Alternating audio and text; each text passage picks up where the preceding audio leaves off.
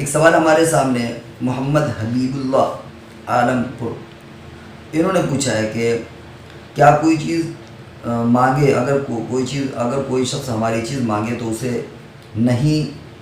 بول سکتے، یعنی جھوٹ بول سکتے ہیں اس کو نہ دینے کے لیے، کیونکہ ڈر اس بات کا ہے کہ اگر ہم اس کو دیں گے تو وہ حفاظت نہیں کرے گا، یا یہ کہ واپس نہیں کرے گا، یا اس کا غلط استعمال کرے گا، تو کیا جھوٹ بول سکتے ہیں؟ اسی طریقے سے کبھی کام جلدی کروانا ہوتا ہے تو آدمی جھوٹ بول دیتا ہے کہ ارجنٹ، کہ مجھے فلاں جگہ جانا ہے، حالانکہ اس کو جانا نہیں ہوتا، تو یہ جھوٹ بولنا کیسا ہے؟ دیکھیے، جھوٹ بہرحال جھوٹ ہے اور جھوٹ بولنا درست نہیں، لیکن جھوٹ کے درجات بھی ہیں۔ جیسے حدیث میں آتا ہے کہ دو لوگوں میں صلح کرانے کے لیے اگر آدمی جھوٹ بول دے تو اس کی اجازت ہے، بلکہ بہتر ہے۔ اگر جھگڑا ختم ہو رہا ہے جھوٹ بولنے سے تو آدمی جھوٹ بول سکتا ہے۔ اسی طریقے سے ایک جھوٹ بولا جاتا ہے کسی کو دھوکہ دینے کے لیے، کسی کو نقصان پہنچانے کے لیے، اپنے عیب کو چھپانے کے لیے، جو بہت سی قسمیں جھوٹ کی، اس کو بیان کرنے کی ضرورت نہیں ہے۔ اس کے بارے میں تو سخت وعید ہے، نبی اکرم صلی اللہ علیہ وسلم نے فرمایا کہ مومن سب کچھ کر سکتا ہے، جھوٹ نہیں بول سکتا۔ یعنی آپ نے اتنا تنفر کا اظہار فرمایا کہ مومن جھوٹ بولے، یہ ممکن نہیں ہے۔ اب رہا مسئلہ ہے کہ کبھی کبھی ایسی نزاکت آ جاتی ہے کہ مجبور سے آدمی ہو جاتا ہے۔ دیکھیے، ایک ہوتا ہے تجارت میں جھوٹ بولنا، جھوٹ بول کر کے اپنی تجارت کو فروغ دینا، وہ تو ظاہر بات ہے کہ جھوٹ ہے، دھوکہ دھڑی ہے۔ لیکن کبھی کبھی ایسی نوبت آ جاتی ہے کہ ہم سامنے والے کو منع بھی نہیں کر سکتے، کیونکہ ہو سکتا ہے کہ اس سے ہم کو نقصان پہنچے، ہم منع بھی نہیں کر سکتے اس کو۔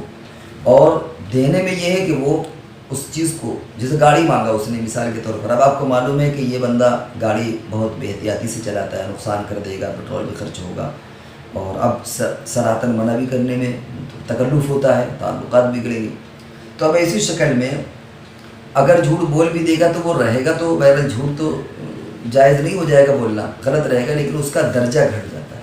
لیکن ایسی شکل میں فقہا نے لکھا ہے کہ ایک شکل ہوتی توریہ۔ توریہ کا مطلب ہوتا ہے کہ وہ اپنے اعتبار سے صحیح بول رہا ہوتا ہے، یعنی وہ تھوڑا سا اس میں تعویل کر لیتا ہے۔ ابھی ہم اس کی ایک مثال دیں گے، وہ تھوڑا سا تعویل کر لیتا ہے کہ بعض اعتبار سے وہ جھوٹ بھی ہوتا ہے اور بعض اعتبار سے بھی وہ صحیح بھی ہوتا ہے۔ جیسے مثال کے طور پر پیسے مانگے کہ بھائی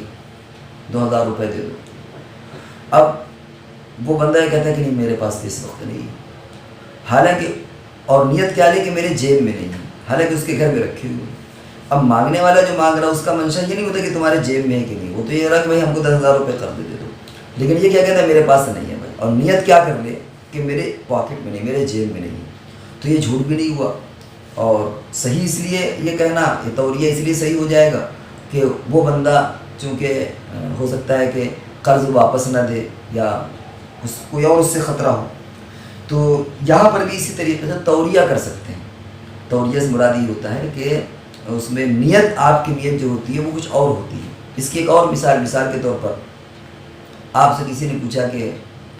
آپ کہاں ہیں، بہت ضروری آپ سے کام ہے، اور آپ کو محسوس ہوتا ہے کہ یہ شخص ہمارا وقت برباد کرے گا یا ہمیں کسی ایسی جگہ لے جائے گا جو مناسب نہیں ہے، تو آپ نے یہ کہہ دیا کہ میں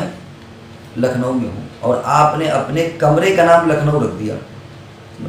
دیکھیے، یہ ہر جگہ یہ سب چیزیں نہیں چلیں گی۔ یہ وہ چیزیں جہاں ہماری گردن پھنسی ہوئی ہو اور جہاں ہم بچنا چاہ رہے ہوں کسی غلط چیز سے، وہاں اللہ کی ذات سے امید ہے کہ اس طرح اگر ہم کہہ دیں گے تو وہ فراڈ میں نہیں آئے گا، وہ جھوٹ میں نہیں آئے گا، یعنی اللہ تبارک و تعالیٰ کی اس کی سزا نہیں ملے گی، کیونکہ ہم ایک اچھی طرح بچنے کی ایک شکل نکال رہے ہیں، سمجھ رہے ہیں۔ حضرت ابراہیم علیہ السلام کے واقعے میں بھی آتا ہے کہ جب اس بادشاہ نے پوچھا تھا کہ یہ تمہاری کون ہے، تو انہوں نے کہا تھا یہ میری بہن ہے، حالانکہ بیوی تھی، اور بہن سے مراد کیا لیا کہ یہ ہماری ایمانی بہن ہے، تو سامنے والا کچھ سمجھا اور متکلم بولنے والا کچھ سمجھا۔